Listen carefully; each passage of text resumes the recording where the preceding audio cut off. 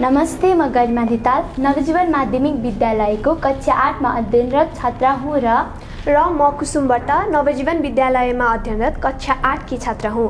आज हामी टोखा नगरपालिका वडा नम्बर 10 का वडा अध्यक्ष श्री मधुसूदन पाण्डेज्यूसँग आजको कार्यक्रमलाई अगाडि बढाउनेछौँ। नमस्ते, हजुरलाई न्यू होराइजन कार्यक्रममा स्वागत छ। आज हामी यस कार्यक्रममा टोखा नगरपालिका वडा नम्बर 10 मा भएका विकास निर्माण, शिक्षा, स्वास्थ्य, पर्यटकीय स्थल, धार्मिक स्थल आदिका बारेमा छलफल गर्नेछौँ। अध्यक्षज्यू, टोखा नगरपालिकामा शिक्षाको क्षेत्रलाई अगाडि बढाउनका लागि के कस्ता पहलहरू भएका छन्? सर्वप्रथम नवजीवनमा अध्ययनरत गरिमा धिताल र कुसुम भट्ट लगायत यो कार्यक्रमको संयोजन गर्नुहुने नारायण रिमाज्यूलाई नववर्षको निकटमा म विद्यालय परिवार र सँगै अहिले यो कार्यक्रमको स्थानीय तहको विकासको निर्माणमा चासो राख्ने विषयमा जुन कार्यक्रम भइरहेछ त्यस सन्दर्भमा नववर्षको 2078 को म धेरै धेरै शुभकामना, हार्दिक मङ्गलमय कामना गर्दछु।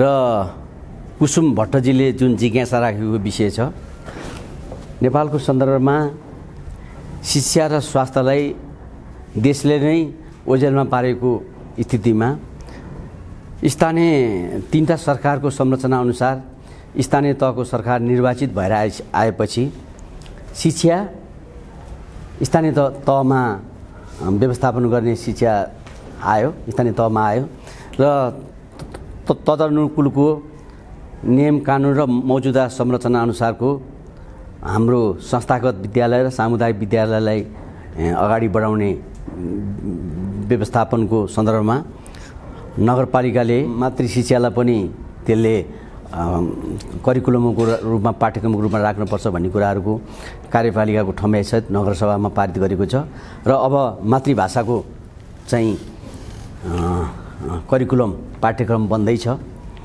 र शिक्षाको योजनाको सन्दर्भमा त्यसको चाहिँ बजेट विनियोजन गर्ने सन्दर्भमा अहिले पनि हामी शिक्षा र स्वास्थ्यलाई लगानी गर्नुपर्छ भन्ने कुरा हाम्रो ठम्याइ अलिकति अलमलको अवस्थामा छ र ती कुराहरू हुँदाहुँदै पनि नगरपालिकाले शिक्षालाई नजरअन्दाज गरेको छैन।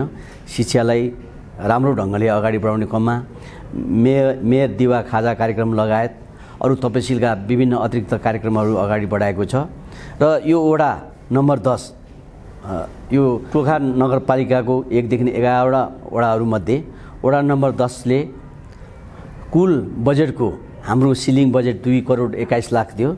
कुल सिलिङ बजेटको 48% शिक्षा र स्वास्थ्यमा राख्ने यो मात्र एउटा वडा हो र हामीले सामुदायिक विद्यालय र संस्थागत निजी विद्यालयहरूको बिचको दूरी कम गर्नुपर्छ। यो दुवै पाठशाला हो, यहाँ शिक्षा अध्यापन गर्ने ठाउँ हो र यसलाई दूरी कम गर्नुपर्छ भनेर हामीले सामुदायिक विद्यालयमा दिने विभिन्न सेवाहरू, वडाबाट आफ्नो स्रोत साधनले भ्याएको विभिन्न सेवाहरू र संस्थागत र निजी विद्यालय दिने सेवाहरूलाई पनि हामीले त्यही ढङ्गले कुनै दूरी कायम नगरिकन, पृथक ढङ्गले नहेरिकन त्यो गरेको थियौँ र विगतको कोरोना भाइरसको सन्दर्भमा पनि सामुदायिक र निजी विद्यालयहरूलाई हाम्रो स्रोत साधनले भ्याएसम्म स्यानिटाइजर, गुणस्तरीय स्यानिटाइजर, मास्क लगायत विविध सामग्रीहरू वितरण गर्ने कामहरू पनि हामी सम्पन्न गरेका छौँ र शिक्षालाई नै मूल केन्द्रमा नराखिकन अरू तपसिलका कामहरू अगाडि बढ्न सक्दैन, अरू हुन सक्दैन भन्ने ठम्याइको आधारमा हामीले विद्यालय, सामुदायिक विद्यालय र संस्थागत विद्यालय बिचको अन्तर्संवाद गर्ने कार्यक्रमहरू पनि हामीले राख्दैछौँ र त्यसै गरी राष्ट्रिय स्तरको रूपमा चाहिँ र नगर स्तरीय रूपमा पनि कार्यक्रम राख्ने चाहिँ हाम्रो कार्यक्रममै छ र यो कोभिडको कारणले गर्दा त्यो कार्यक्रमहरू अगाडि बढाउन सकेका छैनौँ र नगरपालिकाले शिक्षालाई बृहत ढङ्गले शिक्षाको मौलिक विकासको र स्थानीय तहको मातृभाषाको शिक्षालाई पनि जोड दिएर अगाडि बढाउने काममा लागिरहेको छ। अध्यक्षज्यू, हामी विद्यार्थीहरू विद्यालय आउँदा जाँदा बाटोमा फोहोरको दुर्गन्धित गन्ध, अव्यवस्थित ढङ्गमा रहेका तारहरू, बाटोमा सडकमा रहेका खाल्टाखुल्टीहरूलाई हामीले महसुस पनि गरेका छौँ र भोगेका पनि छौँ। यसलाई ओडाले कसरी व्यवस्थापन गर्न सक्छ त? जुन यहाँको जिज्ञासा भयो अत्यन्तै सान्दर्भिक र व्यवस्थित सान्दर्भिक र उपयुक्त जिज्ञासा रह्यो, त्यसप्रति म यहाँलाई आभार प्रकट गर्न चाहन्छु। हाम्रो देश कुनै प्लान भएको अर्बन सिटी होइन, भौतिक पूर्वाधार सहितको चाहिँ सहर नभएको र यो अहिले देखिरहेको जुन समस्याहरू छ यो आजको समस्या होइन, विगत लामो अगाडिदेखिको रहिरहेको समस्या हो र यसलाई सुन्दर, स्वच्छ, सफा, सुविधायुक्त र समन्वित सहर बनाउनका लागि हामीले नगरपालिकाको प्रोफाइल तयार पार्दैछ। कहाँ के छ भन्ने कुराहरू त्यो प्रोफाइल माध्यमबाट अगाडि बढाउँदैछ र अहिले सडकको यो अव्यवस्थित तारहरू र फोहोरहरू यी सबैलाई व्यवस्थित गर्ने र एक सूत्रको ढङ्गबाट एक सूत्रीय माध्यमबाट यसलाई लानुपर्छ भनेर टोखा नगरपालिकाको ठम्याइ छ र कार्यपालिकाले त्यो निश्चय निकालेको छ र सफा सुग्घर बनाउनका लागि दिनादिन नसके हप्तामा फ्रिक्वेन्ट हिसाबले चाहिँ फोहोर उठाउने र दैनिक चाहिँ कुचिकारोद्वारा सफा गर्ने कार्यक्रमहरू यो लागू हुँदैछ, यो अगाडि बढ्दैछ र अहिले पनि केही आंशिक ठाउँमा दैनिक कुचिकारहरूले सफा गर्छन् र फोहोर मैलालाई व्यवस्थित गर्ने र त्यो फोहोरलाई मोहरको रूपमा रूपान्तरण गर्ने कार्यक्रम अनुसार हामीले चाहिँ वडावासीहरूलाई स्मार्ट बिन वितरण गर्ने, त्यसबाट भान्साबाट घरबाट निस्केका फोहोरहरूलाई जुन प्राङ्गणिक मलको रूपमा आउँछ त्यसलाई त्यतातिर प्रयोग गर्ने, जो चाहिँ त्यसलाई प्रयोगमा ल्याउन सकिन्न त्यसलाई चाहिँ एकातिर राख्ने र त्यो फोहोर मैला को व्यवस्थापन गर्ने नगरपालिकाले कार्यविधि बनाएको छ। त्यो कार्यविधि अनुसार फोहोरलाई चाहिँ डिस्पोजल र नन डिस्पोजल फोहोरको रूपमा वर्गीकरण गरेर त्यसलाई अगाडि बढाउने र सफा सुग्घर सुविधायुक्त सम्पन्न नमुना नगर बनाउनका लागि प्रोफाइलसहित अगाडि बढ्ने कार्यक्रम छ र वडाले 10 नम्बर वडाले यसको चाहिँ सफा सुन्दर चाहिँ सहर राख्नका लागि उसले तार व्यवस्थापनको लागि पनि रकम विनियोजन गरेको छ। बिग्रिएको भाँचिएको पोलहरू जुन छ सम्बन्धित कायमा पत्रचार गर्ने, त्यो पत्रचार मार्फत त्यसको व्यवस्थापन गर्ने कामहरू पनि शीघ्र भइरहेको छ र अरू सहरको चाहिँ सुन्दर राख्नको लागि सहरको पेटीको दायाँ बायाँ चाहिँ हरित चाहिँ बिरुवाहरूको रोप्नका लागि पनि त्यो हामीले विभिन्न सङ्घ संस्थाहरूसित हामीले कुराकानी गरिरहेको छौँ। हाम्रो पेटी ठुलो छैन, त्यहाँ हामी मानिसहरू पनि हिँड्नुपर्ने, चौपाया पनि त्यही पेटीबाट हिँड्ने, यी सबै कारणहरूले गर्दा त्यो व्यवस्थित ढङ्गले त्यसलाई चाहिँ बिरुवाहरू रोप्न सक्ने स्थिति भइरहेको छैन। तैपनि कुन ठाउँमा सकिन्छ त्यो बिरुवा रोप्ने काममा हामी लागिरहेका छौँ र यसरी सफा सुग्घर र नभएसम्म सहरको महत्त्व हुँदैन र हाम्रो जीवन स्वच्छ रहँदैन भन्ने कुरामा नगरपालिकाको र वडाको ठम्याइ छ। अध्यक्षज्यू, हामी विद्यालय आउँदा जाँदा बेलुकाको समयमा अँध्यारै भइसकेको हुन्छ, त्यसै कारणले हामीलाई सडक बत्तीको महत्त्व रहेको हुन्छ। त्यसैले हामीले कतिपय ठाउँमा देख्न सक्छौँ सडक बत्तीको अभाव रहेको हुन्छ, सडक बत्ती बिग्रिएको देख्न सक्छौँ। यसलाई वडाले कसरी लिएको छ? एकदमै उपयुक्त प्रश्न राख्नुभयो कुसुम भट्ट बहिनीले। यो हामी स्थानीय तहको चासोको विषय रहेको र अहिले बनिरहेको विषय एकदमै हो र यो सडक बत्तीको विषयमा दिगो खालको सडक बत्ती छोटो समयमा राख्यो, हावाहुरी लाग्न साथ त्यो बत्ती बिग्रिने चाहिँ त्यस्तो खालका बत्ती नराखिन दिगो हुने किसिमको चाहिँ सडक बत्ती राख्नका लागि मेयर उज्यालो कार्यक्रम छ।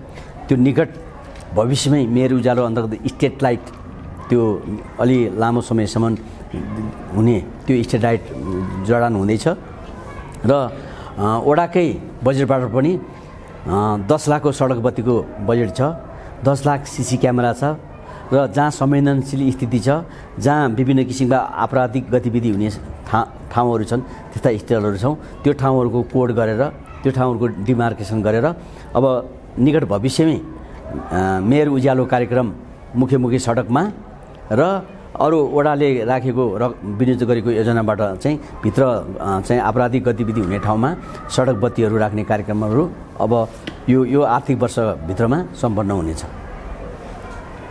अध्यक्षज्यू, हामी विद्यार्थीहरूले यसै वडामा अवस्थित नवजीवन विद्यालयमा पनि पानीको अभाव महसुस गरेका छौँ र घरमा पनि पानीकै हाहाकार मचिएको हुन्छ। यस समस्यालाई समाधान गर्न वडाले कस्तो लक्ष्य लिएको छ? गरिमा धितालको कुरा यो एकदमै नेपालकै एउटा चाहिँ राष्ट्रिय स्तरको चाहिँ यो एउटा विषयवस्तु उठाउनु भयो, त्यसप्रति म धन्यवाद दिन चाहन्छु। र अहिले हामीलाई एक पक्ष हिसाबले खुसी पनि छौँ, एक पक्ष हिसाबले दुखी पनि छौँ। र यही सरकारको हाम्रो सम्माननीय प्रधानमन्त्री केपी ओलीको चाहिँ कार्यकालमा हाम्रो लामो प्रतीक्षापछिको चाहिँ मेलम्ची पनि उपत्यकाभित्र त्यो वितरण प्रणालीमा गइसकेको छ। र हाम्रो टोखा नगरपालिकाभित्र रहेको जुन डिप बोरिङहरू छन्, डिप बोरिङको अहिले जुन मौजुदा संरचना छ, त्यो मौजुदा संरचनाको हामीले मर्मत सम्वाद गरेर हप्ताको 2 दिन 3 दिनको बिचमा चाहिँ पानीहरू वितरण गरिरहेको छ। र त्यो वितरण गर्ने प्रणालीलाई अझ व्यवस्थित गर्यो भने हामीलाई पानीको अझ समस्याबाट हामी मुक्त हुनेछौँ। र हाम्रो नगरपालिकाभित्र रहेको झोर भन्ने ठाउँ शिवपुरीको जहाँ मुहान छ, त्यहाँबाट आउने पानीलाई पनि हामीले एक हप्ता अगाडि मेयर साहबको नेतृत्वमा हामी वडाका जनप्रतिनिधिहरू गएर र प्राविधिक टिमहरू गएर त्यहाँ त्यो खानेपानीको डिपिआर गर्ने सन्दर्भमा पनि हामीले त्यहाँ अध्ययन गरेका छौँ। र अहिले पानीको रिचार्ज हुने, पानी जमिनभित्र जाने त्यो सम्भावनाहरू धेरै कम छ। र पानी जमिनमुनि गयो भने त्यो हामीले पानीको अधिकतम प्रयोग गर्न सक्ने स्थिति हुन्थ्यो, त्यो स्थिति छैन। र मौजुदा संरचनाबाट पनि पानीको वितरण प्रणालीलाई व्यवस्थित गर्ने, पानीको वितरण प्रणाली व्यवस्थित भएको छैन। र सरकारका हामी स्थानीय तहको कान्छो सरकार भएको सरकार भनिएको छ, तर सम्पूर्ण संरचनाहरू स्थानीय तहमा आइसकेको छैन। सेवा प्रदायक संस्थाहरू, त्यो सेवा प्रदायक संस्थाहरू भनेको जस्तो विद्युत प्राधिकरण, मालपोत, नापी, खाने पानी तथा ढल विभाग, अब नेपाल दूरसञ्चार संस्थान लगायत विभिन्न सेवा प्रदायक संस्थाहरू छ, त्यो चाहिँ स्थानीय तहको रूपमा आइसकेको छैन। र हामीले भनेको कामहरू शीघ्र त्यो कामहरू हुन सकिरहेको छैन। र अहिले मौजुदा भएको संरचनाबाट खानेपानीलाई के हदसम्म त्यसलाई अधिकतम उपयोग गर्ने र त्यो मागलाई पुरा गर्ने तर्फ नगरपालिका लागिरहेको छ। र अर्को चरणमा मेयर साहबकै टिमबाट यो मेलम्चीको खानेपानी पनि यो रिङ चक्रपथभित्रका जोडिएको चाहिँ नगरहरूमा त्यो खानेपानी वितरण गर्ने भन्ने कुराहरूको सरकारले पनि बोलेको छ। र नगरपालिकाहरूले पनि त्यो किसिमको चाहिँ सरकारसित सहकार्य गरिरहेको छ। र जहाँसम्म लाग्छ अब मेलम्ची आएपछि आम नागरिकको जे अपेक्षा थियो, जुन किसिमको समस्या खानेपानीको पिउने पानीको जुन भोगाई गर्न परेको थियो, त्यो केही हदसम्म समाधान हुने स्थिति देखिन्छ। अध्यक्षज्यू, भर्खरै नवजीवन स्कुलले आइएसएफएड कार्यक्रममा दुना टपरी, पोलिगन्स, समाज एकीकरण, चाकु उत्पादन, ग्रिन हाउस मोडल, पोलिगन्स जस्ता थुप्रै कार्यक्रमहरू एकदमै भव्यताका साथ सम्पन्न गरियो। यसलाई वडाले कसरी अवलोकन गरेको छ? त्यो कार्यक्रममा मलाई पनि निम्ता थियो। हाम्रो कुसुम भट्टजीले उठाएको कार्यक्रम, यो छुटाउनै नहुने कार्यक्रम। हामीले पढिरहेको अहिले जुन शिक्षा छ, यो शिक्षा नानीहरूलाई म बताउन चाहन्छु, डाक्टर जर्ज मेकाले शिक्षा, जो ब्रिटिसको शिक्षाविद थिए, उहाँले ब्रिटिसको चाहिँ त्यो प्रभाव भारतमा हुँदाखेरि यो दक्षिण एसियालाई उनीहरूको चाहिँ प्रभावमा कसरी लिने, उपनिवेश कसरी बनाउने भनेर उनीहरूले सबभन्दा ठुलो रूपमा चाहिँ कहाँ यसलाई प्रभाव पार्दाखेरि त्यो कुरा सबै कुरा आफ्नो चाहिँ आफूभित्र लिन सकिन्छ भन्ने उनीहरूको हेराइरहेको र डाक्टर जर्ज मेकाले खालको शिक्षा लग्यो। डाक्टर जर्ज मेकाले शिक्षा भनेको हामी चाहिँ मास्टर गर्छौँ, धेरै पढ्छौँ, पिएचडी गर्छौँ, तर हामी आत्मनिर्भर हुने, आय आर्जनमा जोडिने व्यावसायिक हिसाबको शिक्षाहरू हामीले लिन सकिरहेको छैनौँ। हाम्रो बजारको माग एउटा छ, हामीले लिएको शिक्षा अर्को छ। यस्तो आधारको शिक्षा भएको र हाम्रो पूर्वीय दर्शन र गुरुकुल शिक्षा, जो अनुसन्धानमूलक शिक्षा, हाम्रा कश्यप ऋषिहरू जसले कोसीको तटमा रहेर हाम्रा चाहिँ विभिन्न किसिमको अनुसन्धानमूलक शिक्षाहरू हाने गर्नुभएको थियो। सौर्यमण्डल ताराको बारेमा हाम्रा पूर्वीय दर्शनले त्यति बेलै निर्णय गरिदिइसक्यो कि पृथ्वीले सूर्यलाई घुम्छ कि सूर्यले पृथ्वीलाई घुम्छ भनेर जो आइन्स्टाइन न्युटनहरूले टाउकोमा हात राखेर सोचिरहेको थियो। त्यति बेला हाम्रा वेदका ऋचाहरूले यी कुराहरू निर्णय गरिसकेका थिए र जीवन जगत कस्तो हुनुपर्छ र शिक्षा कस्तो हुनुपर्छ भनेको त्यसको उर्वर भूमि र केन्द्र बिन्दु र त्यसको उद्गम थलो हाम्रो भारतखण्ड भन्छ। यसलाई यो भारतखण्ड भनेको एसिया महादेशको उत्तराखण्डलाई भारतखण्ड भन्छ, हिमवत खण्ड भन्छ। यो कहिले अविभाज्य नहुने, कहिले विभाजन नहुने, कसैको उपनिवेश नभएको हाम्रो झन्डा त्यस्तो छ। र त्यस्तो शिक्षा, जुन शिक्षा जीवन उपयोगी छ, जसले जीवन जगतलाई बुझ्छ र जीवनलाई अत्यन्तै सुन्दर ढङ्गबाट, अत्यन्तै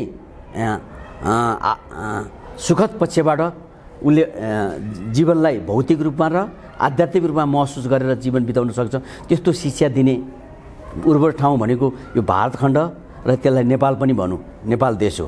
यो कुनै किसिमको चाहिँ यो कुनै उत्पादनमूलक नभएको र व्यवसायिकमूलक नभएको, जीवन जगतसँग मिल्ने नखालको शिक्षा नभएको शिक्षा होइन कि जीवन र जगतसँग मिल्ने अनुसन्धानमूलक जे अनुसन्धानबाट आएको छ त्यही अनुसन्धानको आधारमा चाहिँ अगाडि बढ्ने शिक्षाको उर्वर भूमि नै यो नेपाल भारत खण्डमा पर्छ।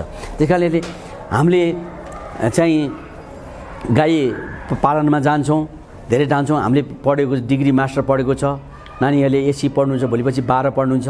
गाई फारममा जान्छु, तर गाईको अवस्था के छ, गाई भनेको के हो, गाईले दुध कसरी दिन्छ, गाईको दुधबाट के बनाउन सकिन्छ भन्ने कुराहरू एउटा सामान्य मान्छेले बुझ्या हुन्छ, तर हामीले बुझिरहेको हुँदैनौँ। त्यस्तो शिक्षा जीवनको लागि कुनै उपयोगी हुँदैन। सरले 365 दिनमा एउटा किताबको पाठ्यक्रम पढाएर त्यसको प्रश्न सोधेर उत्तर दिने यो शिक्षा होइन। यो एउटा हामीलाई सानो सानो बालकलाई बामे सर्दाखेरि ताते भनेर बाबु आमाले सिकाएको जस्तो एउटा सामान्य प्रयत्न मात्रै हो। शिक्षा भनेको चाहिँ आफूले परिश्रम गरेरै, आफूले चाहिँ रगत बगाएरै, पसिना बगाएरै, आफूले अनुभूतिबाट, अनुसन्धानबाट आएको शिक्षा नै व्यावहारिक, ज्ञानमुखी र त्यो अगाडि बढ्ने शिक्षा हुन्छ। अब गाई कसरी दुन्नुपर्छ भन्ने कुरा चाहिँ हामीले आफैले चाहिँ गाईको थुन नसमातिकन थाहा हुँदैन र गाईको दुधबाट के बन्छ भन्ने कुरा आफूले परिकार नबनाइकन अरूले सिकाएको आधारमा मात्रै त्यो चाहिँ अभ्यस्त भइँदैन। त्यस कारणले गर्दा शिक्षा अत्यन्तै अनुसन्धानमूलक, व्यावहारिक, व्यावसायिक र उत्पादनमूलक हुनुपर्छ। जुन कुरा मैले यहाँ आएर देखेँ, त्यति बेला यो कार्यक्रम हुँदाखेरि नवजीवनमा देखेँ, त्यो अत्यन्तै सान्दर्भिक कुरा हो।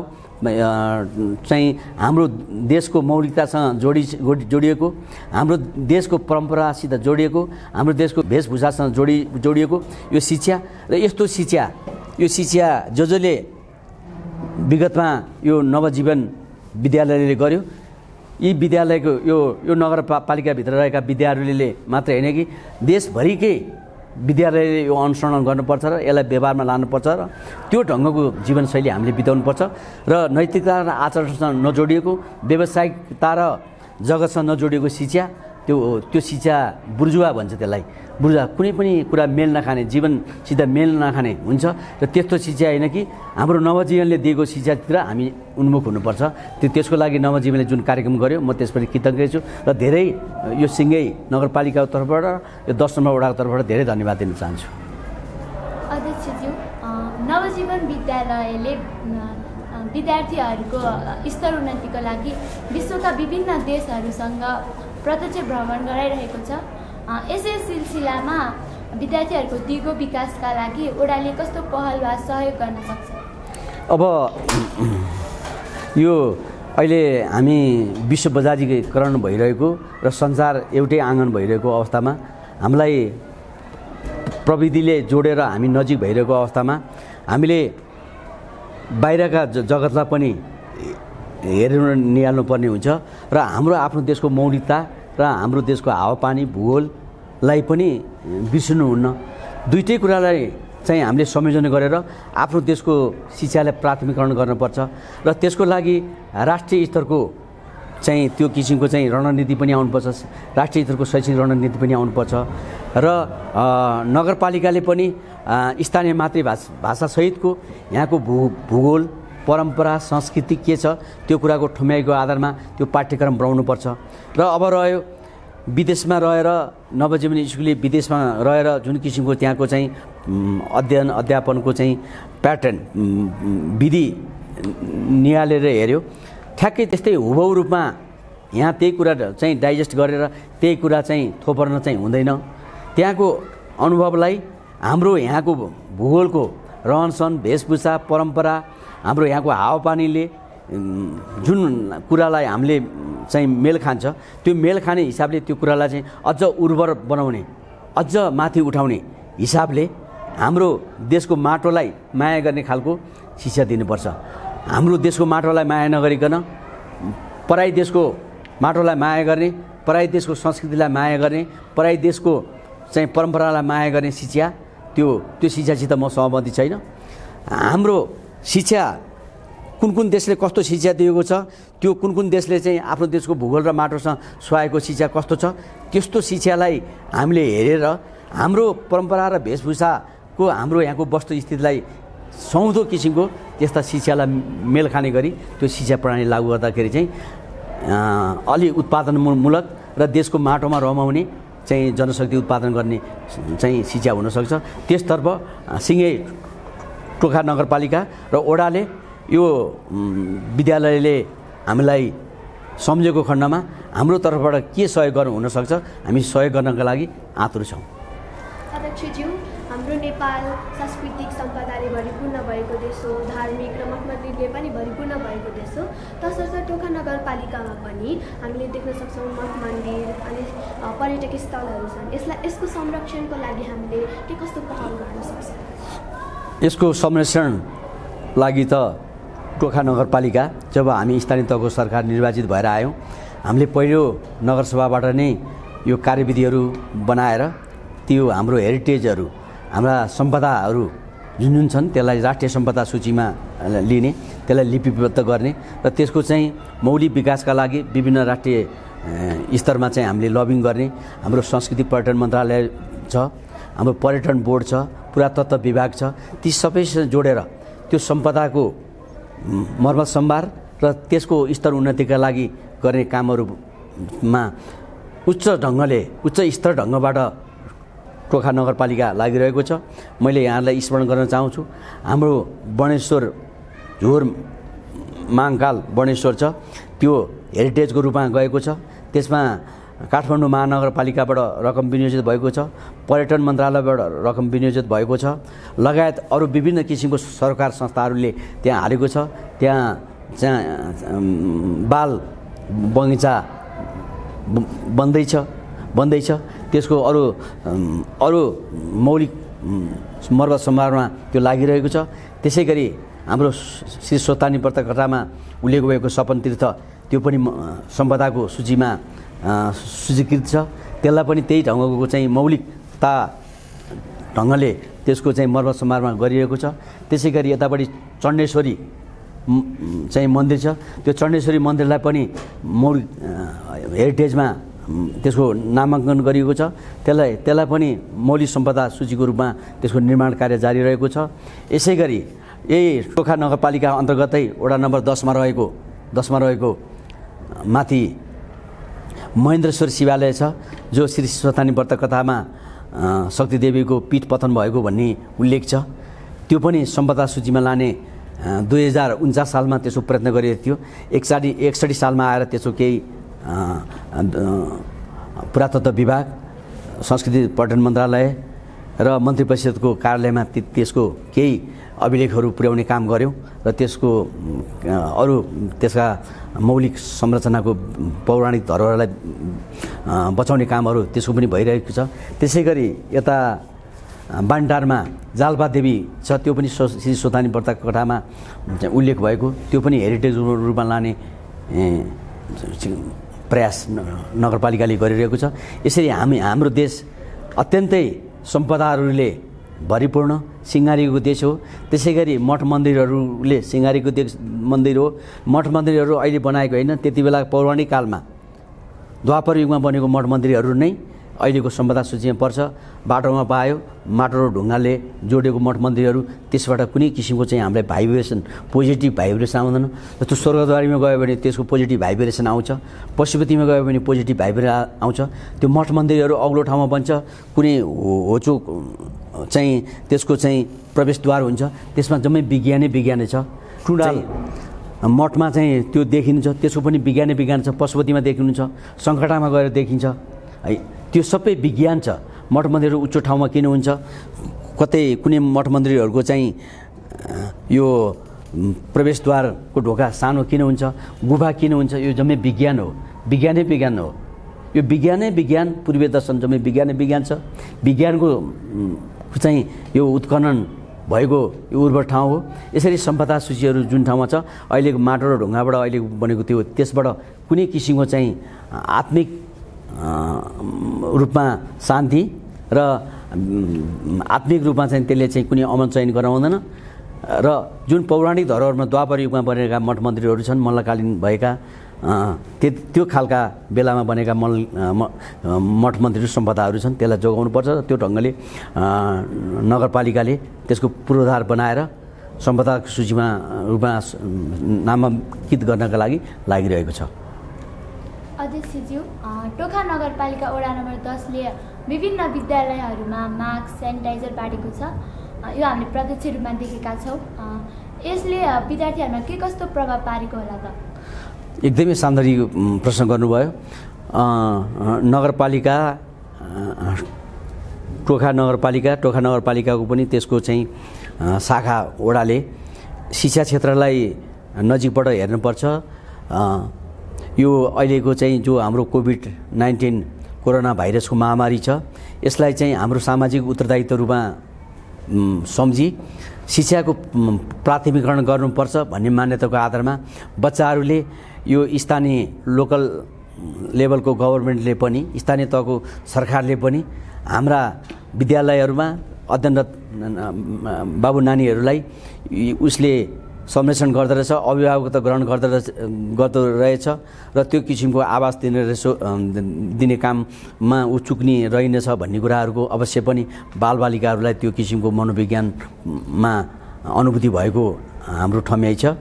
हामीले यो सेनिटाइजर मास्क मात्रै होइन, अरू विविध खालका अतिरिक्त क्रियाकलापहरू कार्यक्रमहरू पनि गर्ने हाम्रो वार्षिक योजनामै छ। अहिले कोभिडको कारणले गर्दा त्यो कार्यक्रमहरू विगत पनि हामीले गर्न सकेनौँ। अहिले पनि परिस्थिति प्रतिकूल हुँदैछ। शिक्षाको क्षेत्रमा मास्क, सेनिटाइजर त्यो मात्रै होइन, अरू अतिरिक्त खालका क्रियाकलापहरू, महोत्सव गर्ने, विभिन्न किसिमको चाहिँ वाद विवाद गराउने, वाचन प्रक्रिया गराउने, मूल्यको शिक्षामा आधारित विषयवस्तु प्रकाश गर्ने।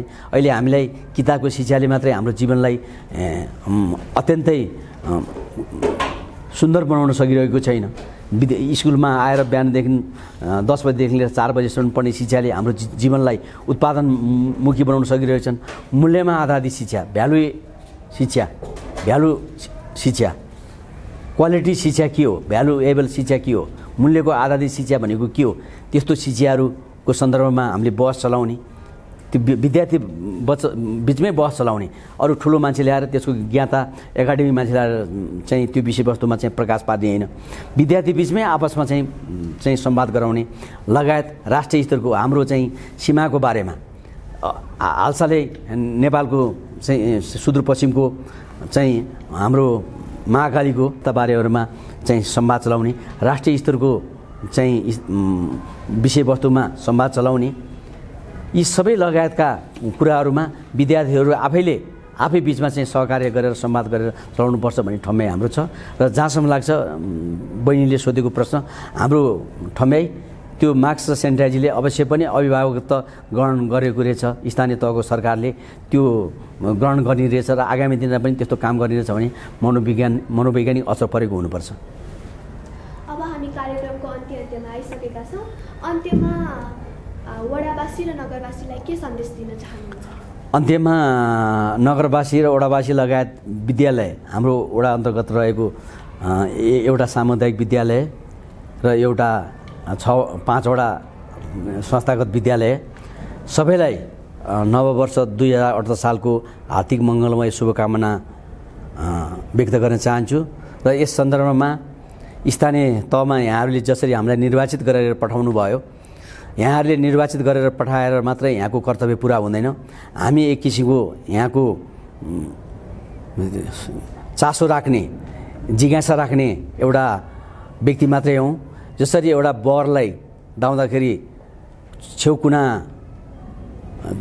राम्रोसँग दाउँदाखेरि छेउकुना जोत्छ, त्यसै गरी यहाँले दाउने काम गरिदिइरहनु भयो। हामीहरूलाई जहिले पनि यहाँले कान निमट्ने काम गरिदिनु भयो, चासो राखिदिइरहनु भयो। हामीले सबै ठाउँमा आँखा नपुगेका हुनसक्छ, हाम्रो सबै ठाउँमा हाम्रो त्यहाँ विवेक नपुगेको हुनसक्छ। त्यसमा यहाँले प्रविधिको माध्यमबाट, पत्रचारको माध्यमबाट ओडाइमै आएर जनप्रतिनिधिहरू लगायत सरकार ओडाका चाहिँ कर्मचारीहरूलाई नागरिक सरकारका कुराहरू राखिदिनु भयो भने अझ सुन्दर, सभ्य, नमुनामुखी हुनसक्छ।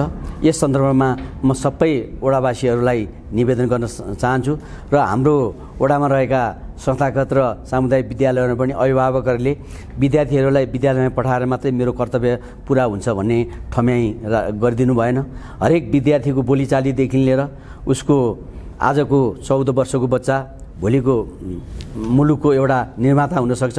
उसको बिहानदेखि बेलुकासम्मको विद्यालयको रहनसहन र घरमा आइसकेपछि उसको बोलीचाली र उसको साथीहरूको सरसङ्गत के कस्तो छ, यी आदि विषयमा यहाँले राम्रोसँग निहालेर हेरिदिनु भयो भने किताबको पढाइले त्यो कुराले त सर मिसहरूले त्यो कुरालाई चाहिँ व्यवस्थित ढङ्गले चाहिँ अध्ययन गराउनु होला। तर विद्यार्थीको चारित्रिक पक्ष, नैतिक पक्ष र सम्पूर्ण उसको चाहिँ जीवन, उसको कार्यशैलीको बारेमा घरको पहिलो शिक्षा घरमा हुनसक्छ।